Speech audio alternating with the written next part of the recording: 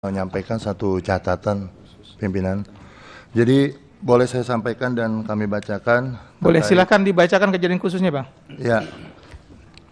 Pertama, terkait pada tanggal 27 November 2024 di TPS 08 Pinang Ranti, Jakarta Timur.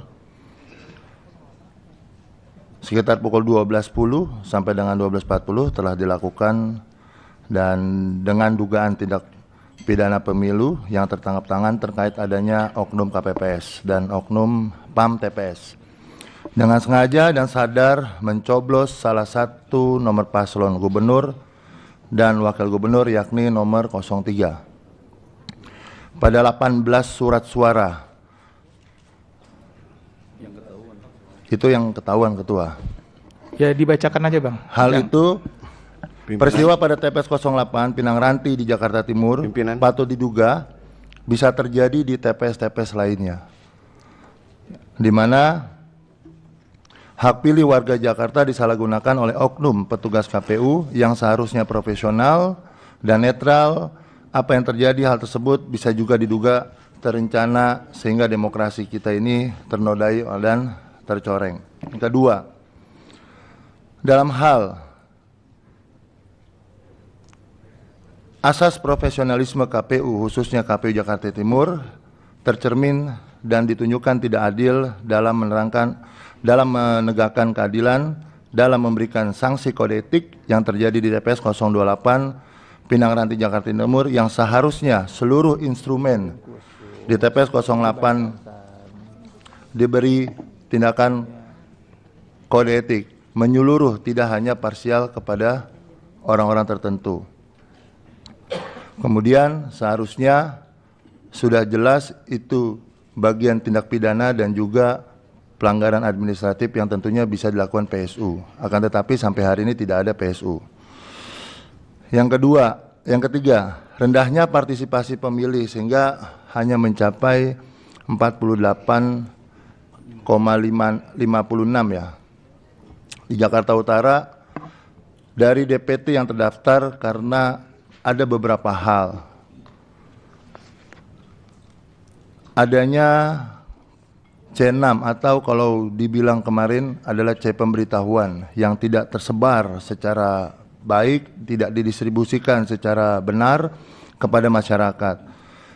TPS-TPS yang berlokasi seharusnya di tempat tinggal yang lebih mendekati, ini kemudian terlalu berjauhan dengan TPS-TPS yang sebelumnya pada saat pemindahan-pemindahan yang bisa dilihat di TPS 14, 15, 16, dan 17 terkait pemindahan lokasi secara mendadak dan anggota KPPS yang banyak mengundurkan diri sehingga mengakibatkan partisipasi sangat rendah, hanya kurang lebih 20% dari pemilihan.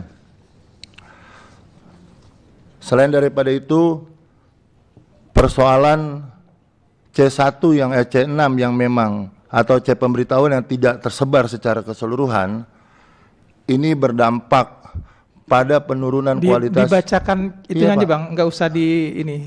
Saya bacakan. Iya. Silakan dibacakan ya. Apa harus saya lihat begini bacanya? Betul? Iya.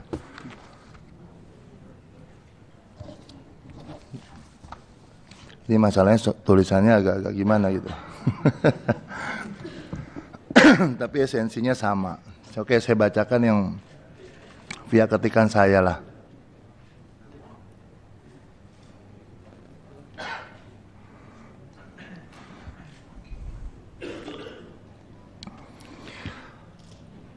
Ada sebanyak 167 kasus ya, dan bahkan lebih banyak lagi tentang pendistribusian C6 atau C pemberitahuan.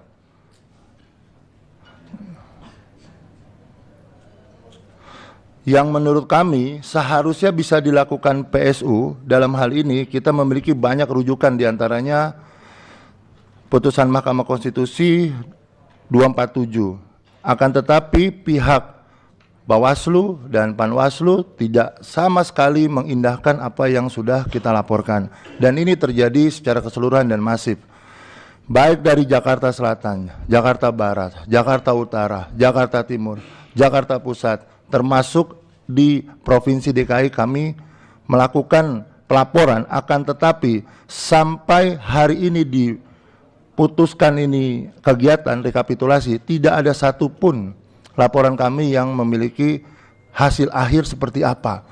Apakah kemudian rekomendasinya itu tidak dilanjutkan atau dilanjutkan atau ada pelanggaran dan sebagainya. Dan kami sudah melakukan konsultasi dan sudah mendatangi pula terhadap laporan tersebut baik kepada Panwaslu Kota maupun Bawaslu Provinsi. Akan tetapi sampai detik ini sekali lagi seharusnya dari Perbawaslu itu bisa dilakukan dan bisa dijalankan, dan ini saya melihat, saya tuliskan ini semua ketua, kami melihat ada unsur-unsur yang memang disengaja untuk agar tidak terjadinya PSU, terutama oknum-oknum yang kami katakan yang telah kami laporkan pula ke DKPP, baik itu Bawaslu Provinsi, Bawaslu Kota maupun Bawaslu maupun KPU. Kemudian indikasi penurunan kualitas pilkada, temuan-temuan tersebut menunjukkan adanya potensi menurunkan kualitas terhadap pelaksanaan pilkada di Jakarta dan mencerminkan ketidakprofesionalan KPU dalam hal ini, serta Bawaslu dalam menjalankan tanggung jawab mereka baik secara moral, konstitusional maupun secara hukum. Oleh karena itu, dari apa yang terjadi di seluruh ini, kami 01 pasangan 01 Pak Ridwan Kamil dan Suswono, apapun yang terjadi hari ini kami akan melakukan proses hukum dan kami akan melanjutkan ini tentunya sesuai dengan konstitusi yang digariskan oleh undang-undang kita akan ajukan ke Mahkamah Konstitusi untuk kita mencari sebuah keadilan mana sesungguhnya yang seharusnya kita dapat hak-hak tersebut. Kira-kira demikian Ketua. Oke, terima kasih Bang. Sudah dimasukkan semua ke dalam kejadian khusus dan catatan keberatan. Oke, sebelumnya nomor 2 ada catatan khusus atau keberatan yang ingin disampaikan? Ya, ada Ketua. Sudah pegang ininya, formulirnya ya? Sudah, silakan dibacakan. Baik. Sebagaimana proses rekapitulasi dari setiap kabupaten kota, kami mencatat bahwa dapat disimpulkan bahwa terdapat hanya 53%